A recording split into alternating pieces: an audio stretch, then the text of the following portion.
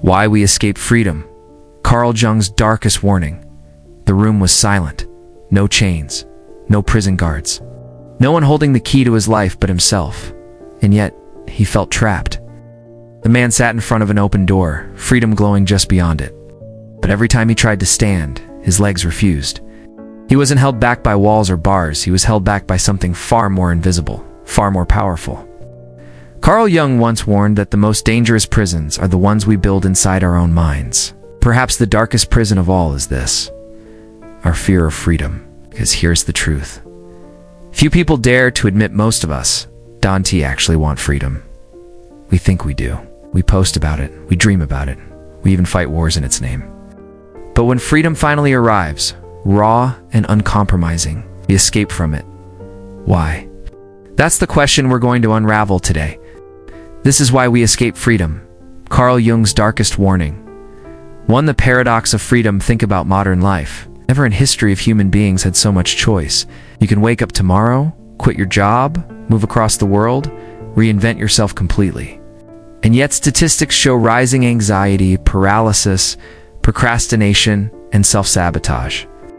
If freedom is the ultimate gift, why does it so often feel like a curse? Carl Jung believed the answer lies not in politics, not in economics, but in the psyche.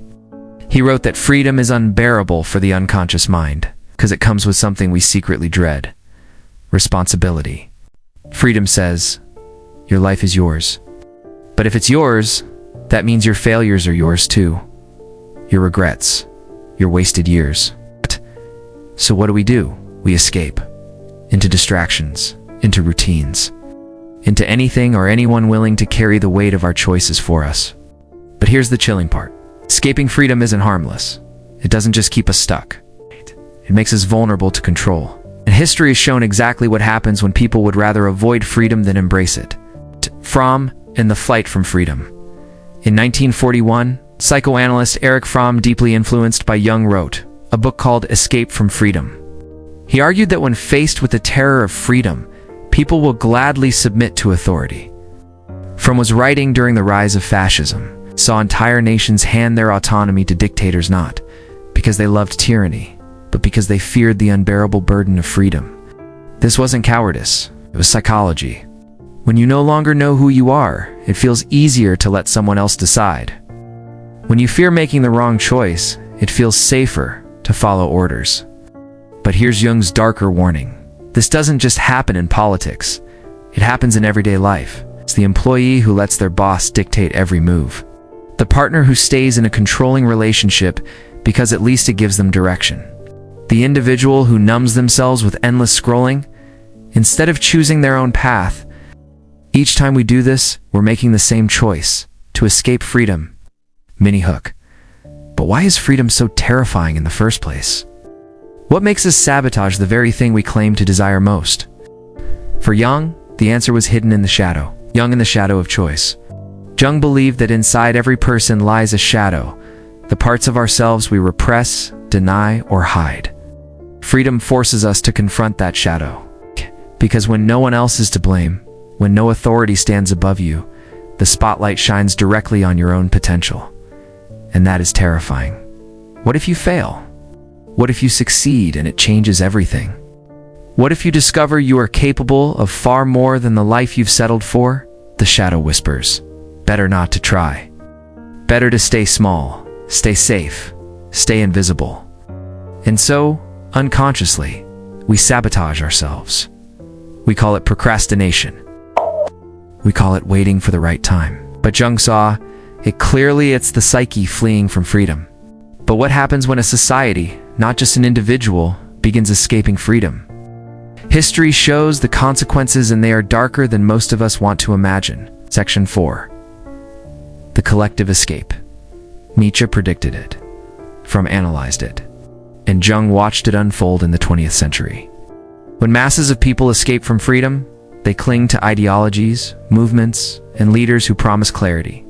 This is why propaganda works, why cults form, why demagogues rise.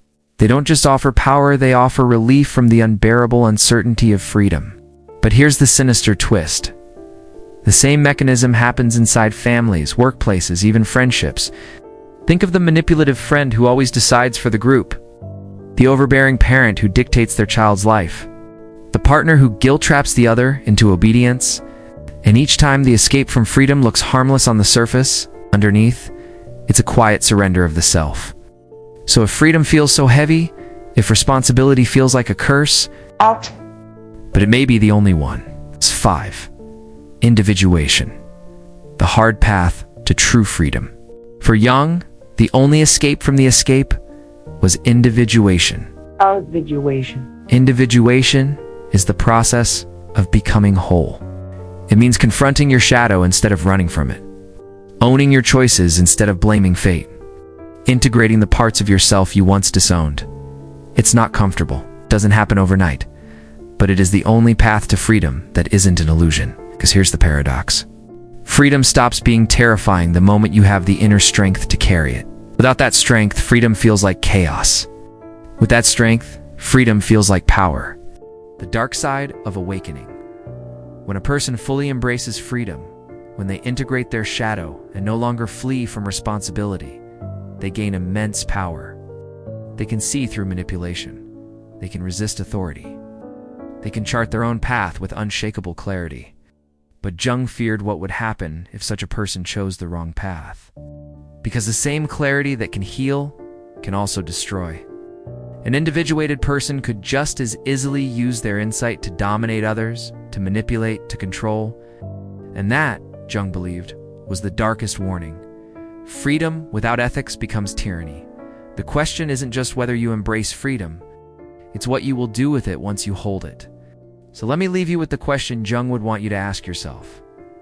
Where in your life are you escaping freedom? Write it in the comments. I choose freedom, because the more of us who do, the less power, manipulation, authority, and fear we'll ever have. Stay curious. Stay awake.